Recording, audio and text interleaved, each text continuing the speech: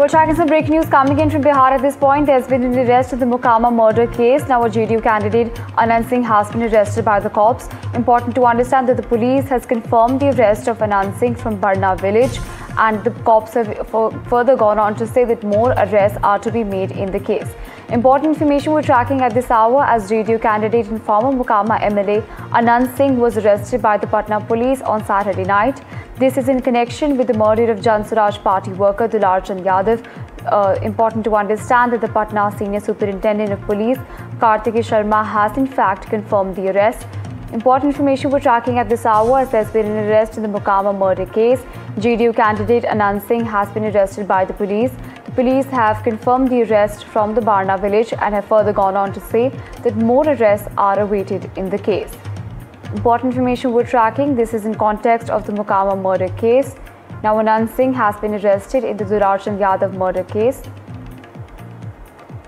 Take a look at the reactions coming in.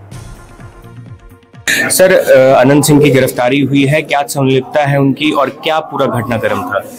ये आपको अवगत होंगे कि 30 तारीख को दोनों पक्षों के बीच में मारपीट हुई थी और उसमें एक शव बरामद हुआ था।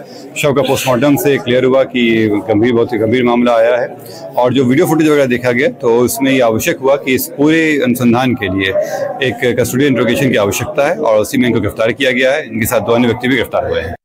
देखिए, पुलिसीय जांच के विषय में मैं कमेंट नहीं करूंगा, लेकिन कल हम लोग कैंप करके जो भी गिरफ्तार करने के लिए पुलिस ने महसूस किया है, 80 लोगों के ऊपर गिरफ्तारी हुआ और आज 3 मुख्य अभियुक्तों की गिरफ्तारी हुआ।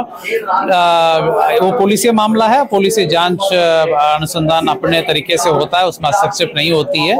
हम लोग चुनाव के दृष्टिकोण से देख रहे हैं, चुनाव बिल्कुल प्रभावित नहीं हो और प्रभावित करने के लिए जो भी प्रयास करेंगे उनको सख्ती से निपटाया जाएगा।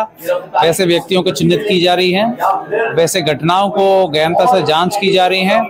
आज गाड़ियों का भी जब्त की गई हैं जो आचार संहिता का उल्लंघन हुआ है, और बिल्कुल सख्ती से सख्ती कार्रवाई किया जाएगा। किसी प्रकार की कार्रवाई चुनाव को प्रभावित करने के लिए होगा तो सख्ती से निपटाया।